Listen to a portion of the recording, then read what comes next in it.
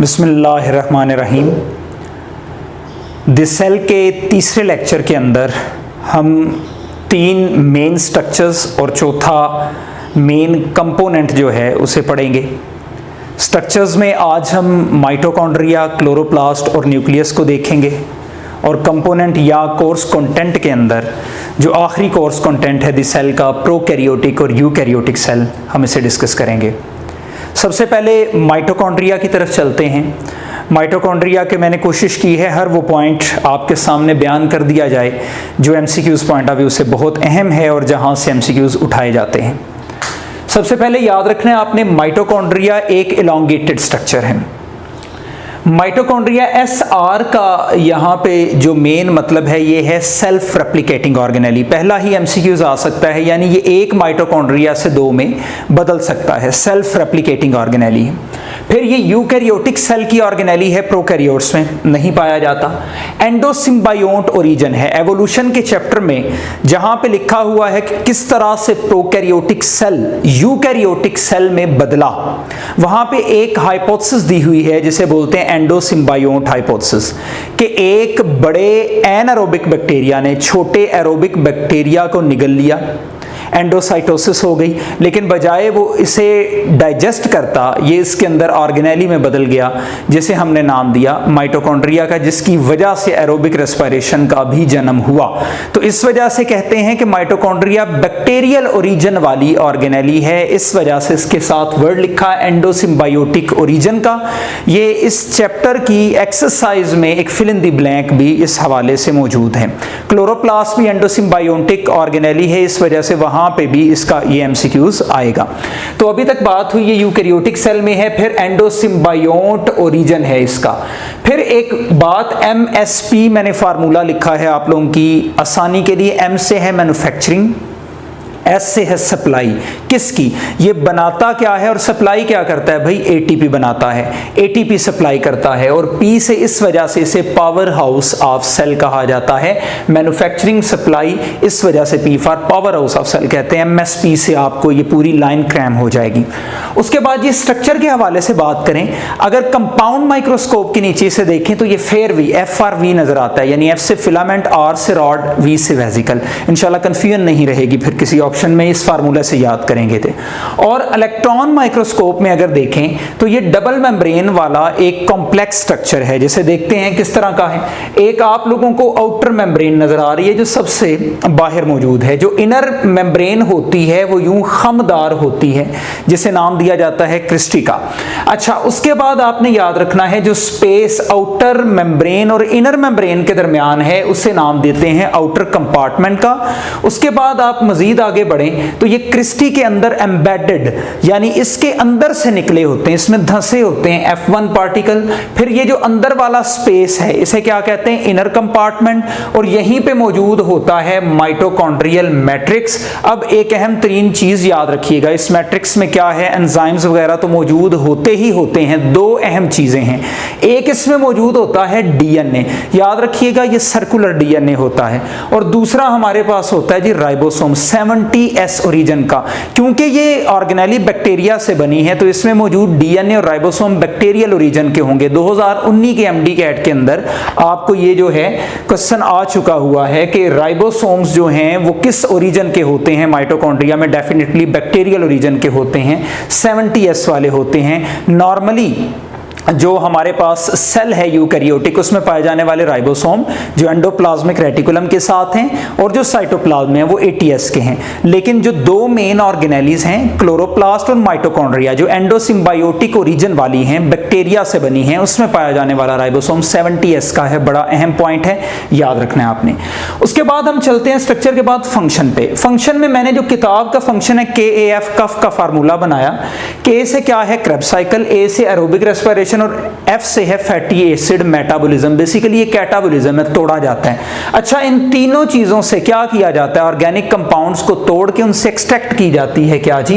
ATP. ये हमारे पास main function है। अच्छा, एक और फंक्शन अगले पेज पे इस पे लिखा हुआ है कि इसमें जब एटीपी खर्च होती है, एडीपी बनाती है, एडीपी से एएमपी बनता है और एएमपी को रिसाइकल भी करवा देता है माइटोकॉन्ड्रिया किसके अंदर, एटीपी के अंदर। तो आर फॉर रिसाइकल का वर्ड इधर आपने याद रख लेना है। अच्छा, यहां तक तो किताब की चीजें थी। अब किताब से थोड़ा सा हट के सिक्वेंशियल, ज्यादा एक्स्ट्रा नहीं लेकिन थोड़ा सा हल्का सा हम देखेंगे। एम फॉर माइटोकॉन्ड्रिया जी, माइटोकॉन्ड्रिया के तीन मेन पोर्शन, एक आउटर मेम्ब्रेन, एक इनर मेम्ब्रेन क्रिस्टी और एक क्रिस्टी और इसके F1 पार्टिकल एक यूनिट के तौर पे, और आखिरी जो माइटोकॉन्ड्रियल मैट्रिक्स है। ये तीन चीजें कौन कौन सा काम करती हैं? सबसे पहले आउटर मेम्ब्रेन, ये सिर्फ ट्रांसपोर्टेशन का काम करती है, इसके अलावा इसका कोई फंक्शन नहीं है, ये चीजों को इन और आउट करवाती है। दूसरे नंबर पे इनर मेम्ब्रेन, जिसको क्रिस्टी भी कहते हैं, और यही वो जगह है जहां पे F1 पार्टिकल्स एम्बेडेड हैं, यानी तीनों को कंबाइन मिला के ये एक यूनिट बना। तो ये ROA रोआ का मैंने वर्ड लिखा है, ये क्या है? R से है रेस्पिरेटरी चेन, 11वें चैप्टर में पढ़ रखा है आपने। O से है ऑक्सीडेटिव फास्फोराइलेशन, 11वें चैप्टर में पढ़ रखा है। A से यहां पे है ATP सिंथेसिस, बड़ा मशहूर MCQs है। Function of F1 particle is ATP synthesis. तो ये ROA रोआ का फार्मूला आपने याद रखना है। फिर आपके पास MM से क्या मुराद है? Mitochondrial matrix. इसका क्या काम है? K से ये क्रेब्स साइकिल करवाता है, F से ये क्या करवाता है? फैटी एसिड मेटाबॉलिज्म करवाता है, और C से कन्वर्जन। ये जो कन्वर्जन है AMP की दोबारा ATP की हालत में, ये कन्वर्जन यहां पे होती है माइटोकॉन्ड्रियल मैट्रिक्स में। तो इन MCQs की बुनियाद पे आप चीजों को कर सकते हैं। आखिरी चीज इसमें जो F1 पार्टिकल है, इसे F0 पार्टिकल भी कहते हैं, ऑक्सीजोम्स भी कहते हैं, और रेकल्स पार्टिकल, RACK से रेकल्स पार्टिकल भी कहते हैं। तो यहां तक माइटोकॉन्ड्रिया किताब और थोड़ा सा एक्स्ट्रा जाके हमने कंप्लीट कर लिया। नेक्स्ट ऑर्गेनेली है हमारे पास क्लोरोप्लास्ट। SR का क्या मतलब है? Again self replicating.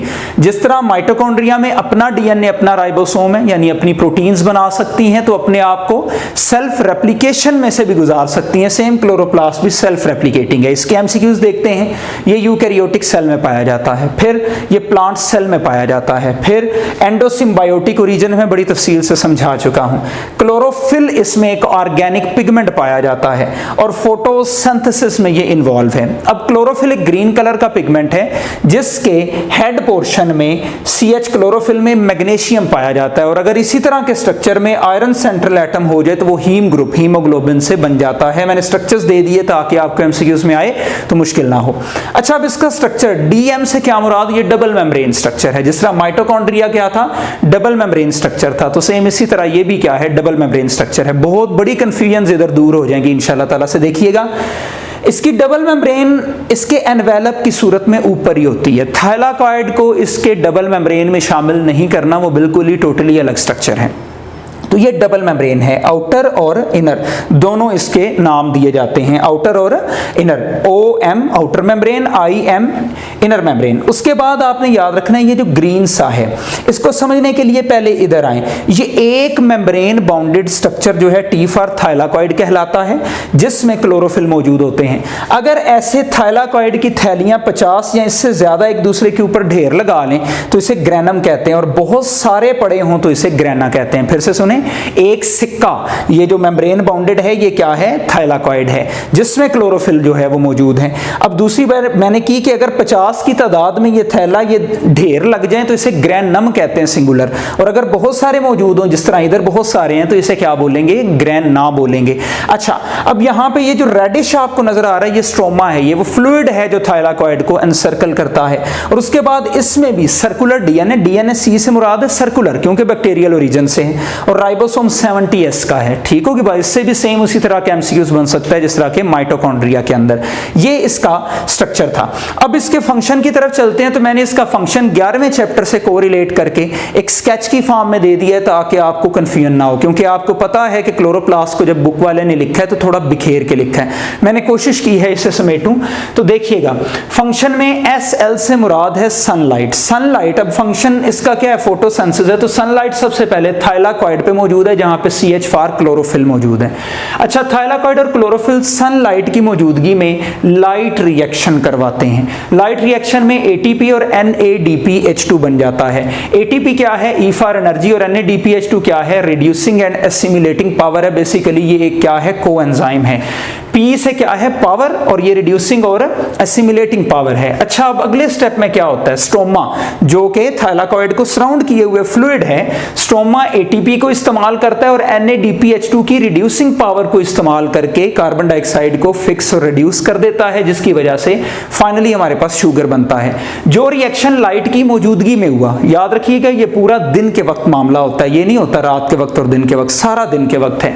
लेकिन जो मामला सूरज की रोशनी को डायरेक्ट लेके कर रहा है उसे बोलते हैं लाइट रिएक्शन, और स्ट्रोमा में एस से स्याह हमेशा डार्क होता है, तो याद रखिएगा स्ट्रोमा में स्याह रिएक्शन डार्क रिएक्शन होता है जिसमें लाइट डायरेक्टली इन्वॉल्व नहीं है। इसके साथ आपका क्लोरोप्लास्ट का अमल भी खत्म हो जाता है। तीसरी बड़ी जो स्ट्रक्चर ऑर्गेनेली है वो क्या है, न्यूक्लियस है। आर से इसमें है रेप्लिकेशन, टी से है ट्रांसक्रिप्शन। पहला ही बड़ा स्ट्रॉन्ग एमसीक्यूज इसका बनता है कि रेप्लिकेशन और ट्रांसक्रिप्शन का अमल इस न्यूक्लियस के जिम्मे होता है, यानी डीएनए से डीएनए की कॉपी बनाना और डीएनए से आरएनए की कॉपीज बनाना, ये न्यूक्लियस के अंदर होता है। रॉबर्ट ब्राउन ने 1831 में दरियाफ्त किया। फिर कंट्रोल LA का मतलब है, L से इसकी लाइफ और A से है एक्टिविटीज, किसकी, सेल की जिंदगी और इसकी एक्टिविटीज को कंट्रोल करता है। एनिमल सेल के सेंट्रल रीजन में है, प्लांट सेल के पेरिफेरल रीजन में है। इसका शक्लो सूरत इर्रेगुलर और स्फेरिकल होता है। हर लाइन एक एमसीक्यूज है, आपको डिफरेंट तरह से आ सकता है। और फिर सेल का इसके एतबार से किस तरह की जो है वो टाइप्स हो सकती हैं। कुछ सेल्स होते हैं जिनमें न्यूक्लियस होता ही नहीं है, जिस तरह मैमिलियन, याद रखिएगा मैमल के अलावा नहीं कहना, मैमिलियन आरबीसी वो ए न्यूक्लिएटेड है, उसमें न्यूक्लियस पाए नहीं जाता। फिर मोनोन्यूक्लिएट, एक न्यूक्लियस वाला, स्किन सेल हमारा जिस तरह का, कोई और बॉडी का आम सेल जिसमें एक न्यूक्लियस हो, मोनोन्यूक्लिएट है। फिर दो जो है वो न्यूक्लियस वाला, इसमें पैरामीशियम की एग्जांपल है। फिर हाइफी जो होता है फंजाई में, जो डाइकैरियोटिक स्टेज में होता है, उसके अंदर भी दो न्यूक्लियस हैं। और फिर मल्टी न्यूक्लिएटेड जिसमें बहुत ज्यादा जो है वो न्यूक्लियस होते हैं, इसमें आपके पास स्केलेटल, SM का मतलब स्केलेटल मसल सेल्स हैं। तो यहां तक आपके पास ये जो उसका पहला पैराग्राफ है उसकी शॉर्ट कीज मौजूद हैं एमसीक्यूज पॉइंट ऑफ व्यू से। फिर अब इसकी कंपोजिशन की बात करें, किताब वाले ने तो अगले पैराग्राफ के एंड पे लिखा है, मैंने पहले लिख दिया ताकि याद रहे। अच्छा, इसकी कंपोजिशन में काफी सारी ऐसी चीजें जो किताब ने नहीं लिखी, मैं भी नहीं लिखवा रहा, आपने सिर्फ वही 4 चीजें देखनी है जो कि किताब में लिखी हैं। बड़ा अहम एमसीक्यूज है कि डीएनए से बनाता है, आरएनए, एंजाइम और प्रोटीन्स इसकी जो है वो तख्लीक करती हैं। ओके हो गया जी। उसके बाद अब इसका स्ट्रक्चर, डीएम से मतलब ये भी डबल मेम्ब्रेन स्ट्रक्चर है। आपको जो बुक है हमारे ब्रांड की, उसके अंदर आप देखेंगे मैंने उसमें दिया हुआ है कि मेम्ब्रेन लेस स्ट्रक्चर्स कौन से हैं सेल में, सिंगल मेम्ब्रेन वाले कौन से हैं, डबल मेम्ब्रेन वाले कौन से हैं, उस बेस पे एमसीक्यूज आ सकता है, तो आपने देखना है। तो खैर आज तीनों जो स्ट्रक्चर पढ़ रहे हैं ये डबल मेम्ब्रेन वाले हैं। डीएम डबल मेम्ब्रेन वाला स्ट्रक्चर है और इस स्ट्रक्चर में 4 चीजें पाई जाती हैं, 4 का निशान भी दे दिया, MNNC। M से क्या है, मेम्ब्रेन यानी न्यूक्लियर मेम्ब्रेन। फिर N से क्या है, न्यूक्लियोलस। फिर N से क्या है, न्यूक्लियोप्लाज्म। और C से क्या है, क्रोमाटिन है। अच्छा, अब इस स्ट्रक्चर को भी देख लेते हैं। मैंने चारों कंपोनेंट को लिखा, यहाँ पे आउटर और इनर मेम्ब्रेन का मैंने जिक्र अलग-अलग कर दिया ताकि आपको पता लग जाए। अच्छा, ये दोनों सेपरेट मेम्ब्रेन्स होती हैं, सिर्फ कॉन्टिन्यूअस होती हैं एक ही पॉइंट पे जहां पे ये न्यूक्लियर पोर बनता है। मैंने अलहदा से करके ये नॉन टेक्निकली आपको डायग्राम दी ताकि समझ आ सके। ये न्यूक्लियर पोर्स बना दिया आपको। ये तीनों चीज एक ही यूनिट के अंदर कंसीडर करनी है। उसके बाद न्यूक्लियोलस है जी, क्रोमाटिन है, और ये रेडिश जो मैंने शो किया है ये क्या है, न्यूक्लियोप्लाज्म है। इसके साथ न्यूक्लियस का स्ट्रक्चर एक माइनस आपको कवर हो जाता है। फिर अब न्यूक्लियर मेम्ब्रेन से हम शुरू करेंगे जो यूएचएस ने पूछा है। Nuclear membrane DM double membrane है। न्यूक्लियर मेम्ब्रेन में एक आउटर हिस्सा है, एक इनर। बड़ा मशहूर एमसीक्यूज के आउटर हिस्सा रफ एंडोप्लाज्मिक रेटिकुलम के साथ या राइबोसोम्स के साथ कॉन्टिन्यूस होता है। आउटर इनर क्या करता है, न्यूक्लियर मटेरियल को एनसर्कल करके रखता है। इसका ना एंडोप्लाज्मिक रेटिकुलम के साथ कोई ताल्लुक है, ना ही राइबोसोम के साथ कोई ताल्लुक है। उसके बाद याद रखिएगा इसी के अंदर न्यूक्लियर पोर्स मौजूद हैं। टी फॉर ये क्या करते हैं, ट्रांसपोर्टेशन का अमल करवाते हैं in and out of material से। अच्छा, अब ये अनडिफरेंशिएटेड सेल जिसने अभी डेवलप होने हैं उसमें ये ज्यादा होते हैं पर न्यूक्लियस, और डिफरेंशिएटेड सेल जो मुकम्मल हो चुका है उसमें कम होते हैं। मिसाल दी है 3 से 4 न्यूक्लियर पोर पर न्यूक्लियस होते हैं RBC of non mammalian cell, क्योंकि मैमल में तो आरबीसी में न्यूक्लियस है ही नहीं, ये नॉन मैमिलियन, ठीक है, एम्फीबियंस का, रेप्टाइल्स का, किसी और का, ठीक है जी। इसी तरह ये हमारे पास 30,000 पर न्यूक्लियस न्यूक्लियर पोर्स होते हैं किसके अंदर, मैंने आपको जिस तरह बताया अनडिफरेंशिएटेड सेल के अंदर। अच्छा जी, इसके साथ ही न्यूक्लियर मेम्ब्रेन का स्ट्रक्चर जो है वो मुकम्मल हो जाता है। स्ट्रक्चर के बाद आपने फंक्शन याद रखना है, ट्रांसपोर्टेशन थ्रू न्यूक्लियर पोर्स, और ये अंदर जो न्यूक्लियोप्लाज्म है या न्यूक्लियर मटेरियल है उसको साइटोप्लाज्म से सेपरेट भी करती है। ये सारे फंक्शन एमसीक्यूज हैं। उसके बाद आपके पास है न्यूक्लियोलस, डार्कली स्टेन्ड, गहरा रंग चढ़ता है, ठीक है जी, डार्कली स्टेन्ड है और मेम्ब्रेन लेस है, इसके ऊपर कोई मेम्ब्रेन नहीं है जो इसे न्यूक्लियोप्लाज्म या क्रोमैटिन बॉडी से अलग कर सके। अच्छा, अब इसका अगर हम स्ट्रक्चर देखें न्यूक्लियोलस का तो दो पोर्शन है। पीजी पेरिफेरल मतलब साइड पे, G for granular, peripheral granular region जिसमें precursor of ribosome, POR precursor of ribosome, ribosome बनाने वाले स्ट्रक्चर्स मौजूद हैं। और सीएफ सेंट्रल फिब्रल रीजन है जिसमें आरएनए है और राइबोसोमल डीएनए। किताब की लाइनें मैंने शॉर्ट कीज दी ताकि आपको एमसीक्यूज कभी कंफ्यूज ना करे। उसके बाद आपने देखना है एफ से इसका फंक्शन है, ये राइबोसोम्स की असेंबली करवाता है और फिर ट्रांसपोर्ट आउट करवाता है थ्रू न्यूक्लियर पोर्स, बुक की लाइन है। और राइबोसोमल आरएनए की सिंथेसिस और स्टोरेज जो है वो भी यहीं पे होती है, इसी वजह से न्यूक्लियोलस को कहा जाता है फैक्ट्री ऑफ राइबोसोम। ओके जी, अब न्यूक्लियोलस के बाद नेक्स्ट जो चीज है क्रोमैटिन है। आम हालात में नॉन डिवाइडिंग सेल में हमें थ्रेड लाइक जो है वो जो बिखरे हुए स्ट्रक्चर्स हैं वो क्रोमैटिन नजर आते हैं, लेकिन वो इलेक्ट्रॉन माइक्रोस्कोप से नजर आ रहे हैं। अगर हमने बेहतर तरीके से देखना है तो डिवाइडिंग सेल में हम क्रोमोसोम्स को देख सकते हैं। अच्छा, अब याद रखिएगा क्रोमोसोम को देखने के लिए हमें न्यूक्लियस को रंगना पड़ेगा। न्यूक्लियर मटेरियल एसिडिक है, इसे हमेशा बेसिक डाई से रंगेंगे। आप जब इंशाल्लाह ताला एमबीबीएस में जाएंगे तो फर्स्ट ईयर एमबीबीएस में हिस्टोलॉजी की बुक पढ़ेंगे, वहां पे आप दो पेंसिलों को देखेंगे, इयोसिन और हीमाटॉक्सिलिन। हीमाटॉक्सिलिन और इयोसिन बेसिकली डाइज हैं।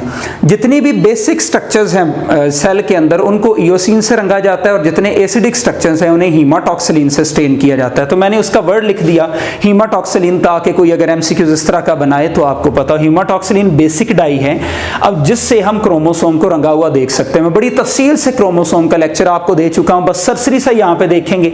डेफिनेटली ये सिस्टर क्रोमाटिड्स हैं, सेंट्रोमियर जिस पे काइनेटोकोर मौजूद है, इसके अंदर डीएनए और प्रोटीन होते हैं। मैंने डीएनए को वाजे किया ताकि आपका कांसेप्ट क्लियर हो जाए। इसी में जीन वो टुकड़े हैं, बड़ी तफसील से बातें हो चुकी हुई हैं जिसके जरिए विरासत का ट्रांसफर होता है। डिप्लॉयड सेल में 46 ह्यूमन के लेवल की बात कर रहे होते हैं और हैप्लॉयड में यानी कि जो स्पर्म और एग है उसमें 23 क्रोमोसोम होते हैं। इस टॉपिक के आखिर में ये लाइनें मैंने जरा पहले लिख दी। अच्छा, अब इसकी कंपोजिशन की बात करें तो डीएनए, प्रोटीन और आरएनए तीन चीजें हैं। फर्स्ट ईयर की बुक में डीएनए और प्रोटीन लिखा है जबकि सेकंड ईयर में आरएनए भी इसमें शामिल किया गया है। अब ये जो डीएनए और प्रोटीन है 40% डीएनए है, प्रोटीन 60% होता है और आरएनए टी फॉर ट्रेसेस में मौजूद होता है, लाजमी तौर पे याद रखना है। अब इसके जो number of chromosomes different species में हैं उनके बारे में याद किया गया है। मफक डोप जी फार्मूला लिखना है, MFC मफक, DOP डोप जी। M से है मैन, F से फ्रॉग, C से चिंपैंजी। इसी तरह ड्रोसोफिला मेलेंजेस्टर ऑनियन, उसके बाद क्या जी पोटैटो, और G से क्या बनता है गार्डन पी। अब याद रखने का तरीका मफक डोप जी को 46, 26, 48, 8, 16, 48, 14 इस तरह से आप क्रैम करेंगे इंशाल्लाह ताला, फिर एमसीक्यूज कंफ्यूज नहीं होगा। यहां तक न्यूक्लियस तक कवर हो गया। अब इससे आगे हम चलते हैं तो डिफरेंस है प्रोकैरियोटिक और यूकैरियोटिक सेल का। मैंने बड़ी तफसील से ये सारे डिफरेंसेस बुक में दिए हुए हैं, वहीं से याद करेंगे। मैं थोड़ा सा सरसरी सा बता देता हूं। पीआर पुराना, पीआर प्रोकैरियोटिक यानी ऐसा सेल जो बहुत ओल्ड है जिसमें सारी चीजें मुकम्मल तौर पे नहीं है। ये वो ब्लैक एंड व्हाइट टीवी है जिसमें ना केबल लगती है ना सही चैनल आते हैं। और यूकैरियोटिक सेल नए जमाने का प्लाज्मा टीवी है, LED है, जिसमें नई टेक्नोलॉजीज हैं, हर चीज जो है वो शफाफ दिखती है। तो अच्छा जी, याद रखिएगा प्रोकैरियोटिक सेल साइज में छोटा होता है, यूकैरियोटिक बड़ा होता है। प्रोकैरियोटिक सेल में जो है वो मेम्ब्रेन लेस न्यूक्लियर मटेरियल होता है, डायरेक्टली सब मर्ज हुआ होता है साइटोप्लाज्म में, जबकि यूकैरियोटिक में मुकम्मल न्यूक्लियस है। प्रोकैरियोटिक में कोई भी मेम्ब्रेन बाउंडेड ऑर्गेनेली नहीं होती, यूकैरियोटिक में पाई जाती है। प्रोकैरियोट्स में 70S का राइबोसोम होता है, सब यूनिट्स 50-30 के आपको तफसील से बता दिया हुआ है, जबकि यूकैरियोट्स में 80S का पाया जाता है। इसी तरह कुछ स्ट्रक्चर्स हैं जो छठे चैप्टर के अंदर बैक्टीरिया में लिखे हुए हैं, लाइक मीजोजोम्स हो गया, ग्रैन्यूल स्टोरेज बॉडीज हो गया, प्लाज्मिड हो गया। ये सिर्फ प्रोकैरियोटिक सेल में है, यूकैरियोटिक में नहीं पाए जाते। इसी तरह सेल डिवीजन की बात की जाए तो हमेशा asexual cell division, binary fission या कुछ प्रोकैरियोट्स में साइनोबैक्टीरिया में फ्रेगमेंटेशन आपको देखने को मिलती है, जबकि यूकैरियोटिक में माइटोसिस और मायोसिस जैसे अमल होते हैं।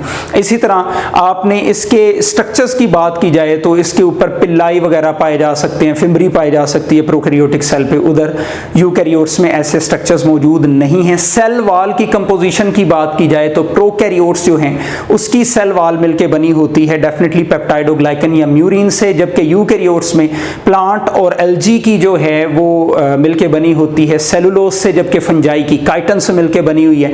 इसी तरह cell wall as a single unit sacculus पाया जाता है, किसमें प्रोकैरियोट्स में, यूकैरियोट्स में ऐसा नहीं होता। इसी तरह के बेशुमार मैंने डिफरेंसेस दे रखे हैं। आज का यूनिट पूरा हुआ, अच्छी तरह से इसे रीड करना है। रिलेटेड टॉपिक के तौर पे जो डिस्कवरी ऑफ सेल है माइक्रोस्कोपी से पहले, उसे आपने एक दफ़ा रीड आउट कर लेना है। और इसी तरह प्लास्टिड्स में जैसे क्लोरोप्लास्ट पढ़ा है, इसमें क्रोमोप्लास्ट और ल्यूकोप्लास्ट को एक नज़र देख लेना है। खुश रहें, आबाद रहें, अल्लाह निगहबान।